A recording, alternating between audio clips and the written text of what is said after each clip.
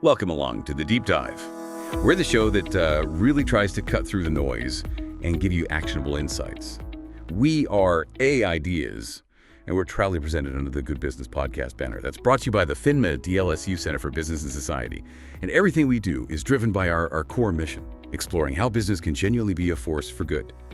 Oh, and just so you know, this entire deep dive has been carefully put together with a bit of help from Notebook LM's AI. Today, we're plunging into something that could, well, fundamentally reshape economic landscapes across the country. Our source material is a really thought-provoking piece from the Good Business column over at Rappler. It's titled, Flying High, How Regional Airports Can Land Inclusive Growth. So what we're doing is dissecting President Ferdinand Marcos Jr.'s, let's say, ambitious proposal to really supercharge the country's connectivity. The big vision here, opening more regional airports directly to international flights, the AIAs, decentralizing tourism, sparking growth way beyond the usual Metro Manila hubs. And a key part of this, a really crucial part, involves bringing in the private sector through public-private partnerships, PPPs, Okay, so let's unpack this vision. Let's explore the huge opportunities that presents, but also, importantly, the critical challenges we'll need to navigate. Yeah, it's a plan that's certainly got a lot of people talking, hasn't it, across different sectors. What's fascinating here, I think, is how this initiative really takes aim at that long-standing issue of over-reliance on NAIA, Ninoy Aquino International Airport in Manila. I mean, for years, NAIA has been this bottleneck, right? Constantly straining under, chronic overcapacity. So this whole strategy, it raises a really important question for us. How can genuinely strategic private sector involvement not only foster broad economic development, but ensure truly inclusive growth across the regions? And at the same time, how do we mitigate the inherent risks that come with that? That really is the million-dollar question, isn't it? And the article, it makes a pretty compelling case for why the private sector is seen as maybe the vital ingredient here to fix some really deeply entrenched problems. We're talking about regional airports that have often been, stuck with outdated facilities, sometimes inconsistent service, and just plain limited capacity for international flights. What the article really hammers home is how PPPs aren't just about, injecting fresh cash. They're about bringing in much-needed operational know-how, expertise, and innovative approaches that, let's face it, governments often struggle to provide on their own. Precisely. And a really powerful illustration of this is the transformation we saw with Mexican Cebu International Airport. Its journey after that successful PPP project is quite remarkable, actually. It literally went from being a pretty constrained facility to, a world-class international gateway. It really put Cebu on the map as a major hub. And that success, it wasn't just about boosting tourism numbers, though it did that. It created a ripple effect. It drove growth in local businesses throughout the entire region.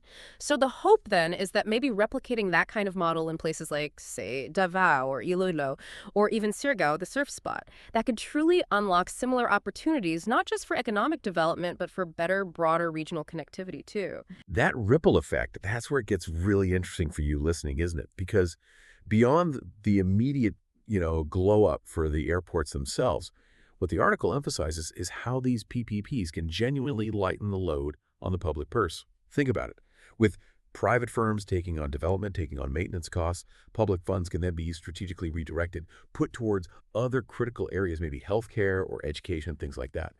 And, when you have efficient airports, it's like a supercharger for the local economy. It directly feeds tourism. It creates jobs, supports whole ecosystems of businesses, hotels, restaurants, transport services, you name it. The core idea is that improved connectivity can genuinely breathe new life into communities that have perhaps felt economically isolated for far too long. It's a compelling vision, definitely, unlocking potential. And central to the Marcos administration's plan is this strategic goal of decentralizing tourism itself, which, as we mentioned, directly tackles NAIA's chronic overcapacity problem. As the article highlights, NAIA handles far, far more passengers than it was ever designed for.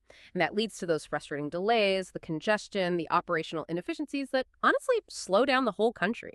So opening direct international access through these regional airports wouldn't just ease NAIA's burden. It could significantly improve the overall travel experience for everyone, shifting that intense focus away from just Manila. That sounds like a game changer.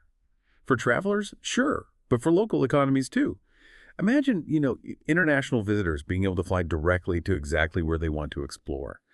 The article gives some great examples. Surfers and nature lovers landing straight in Siargao. Or maybe culture buffs and eco-tourists easily reaching Bacolod Sile or Puerto Princesa. This isn't just about diversifying the country's tourism offerings, though that's important. It's about ensuring that the economic benefits get spread more equitably across the archipelago, rather than, staying concentrated just in and around Metro Manila. Yes, but despite all these clear advantages, private sector participation, well, it always comes with its own set of challenges. The article is very direct about these, which is good. A key concern that's raised is the potential for the government to sort of relinquish its fundamental responsibility for the aviation sector. Critics warn that relying too heavily on profit-driven private companies could lead to the government neglecting its duty to ensure accessible and equitable transport services for all citizens. Private companies, naturally focused on their bottom line, might prioritize higher passenger fees or, crucially, overlook less profitable routes, those routes that connect more remote or underserved areas. That's a very real worry, isn't it? And we've seen similar things play out in other sectors when privatization happens. The article also wisely points out the risk of monopolistic practices developing. Without really robust regulation and vigilant oversight, private operators could potentially dominate the regional aviation market, and that could stifle competition, maybe even compromise service quality down the line. It really emphasizes that the government absolutely must ensure any PPP agreements include rock-solid provisions designed specifically to protect the public interest, outlining things like reasonable pricing structures and very clear service standards that have to be met. Absolutely crucial. To truly mitigate these risks, the article stresses that a genuinely collaborative approach isn't just nice to have, it's essential. Between the government and the private sector, the government can't just step back and wash its hands of it. It must remain an active participant, providing strong oversight, ensuring that private entities fully comply with their agreements, transparency, especially in the bidding process, and strict adherence to contractual obligations. These are non-negotiables for maintaining accountability and, frankly, public trust. Furthermore, the article suggests the government should proactively consider funding crucial infrastructure itself in those underserved areas to ensure that even the less profitable regions can still benefit from improved connectivity, maybe through things like tax breaks or strategic subsidies.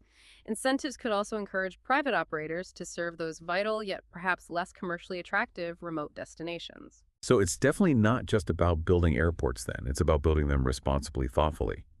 The article makes it really clear that airport development has to strike this delicate balance, a balance between economic goals and social and environmental concerns. This means things like minimizing the displacement of local communities, actively protecting vital local ecosystems nearby, and ensuring fair compensation for any communities that are affected. It's really about ensuring that economic growth doesn't come at the expense of local populations or the environment they depend on for their livelihoods. So what does all this mean for our core idea for business as a force for good? We've really drilled down into how the Marcos administration's plan, this push for private sector involvement in regional airports, it presents undeniable challenges. We've seen that. Yet the potential benefits are significant if it's managed effectively. Improved airport facilities, enhanced connectivity, these really can supercharge regional growth, expand tourism beyond Metro Manila, and finally, maybe alleviate that chronic congestion at NAIA. Indeed. And if we connect this to the bigger picture, the success of this entire initiative, it ultimately hinges on striking that crucial balance we talked about. The government has to continue to robustly protect public welfare, ensure equitable access for everyone. While on the other side, private companies must deliver services that are not only efficient, but also fair, transparent, and sustainable in the long run. With these proper safeguards firmly in place, this plan really could help create a more connected and, importantly, a more inclusive Philippines, where more regions can genuinely share in the prosperity. Okay, so here's where it gets really interesting for you to think about after this. Consider the long-term impact. The impact on those local communities that have, historically, maybe been overlooked or left behind. What additional measures, perhaps unconventional ones, might be needed to ensure all regions, even the ones that look least profitable on paper, truly benefit from this new connectivity, rather than just becoming, convenient transit points for tourists heading elsewhere. Something to mull over. That's all for this deep dive. We really hope it's given you a useful shortcut to be well informed on this vital topic. As we conclude, maybe consider this thought. The journey of 1,000 miles begins with a single step, but the journey to truly inclusive growth requires many deliberate steps taken together. Until next time, keep digging deeper.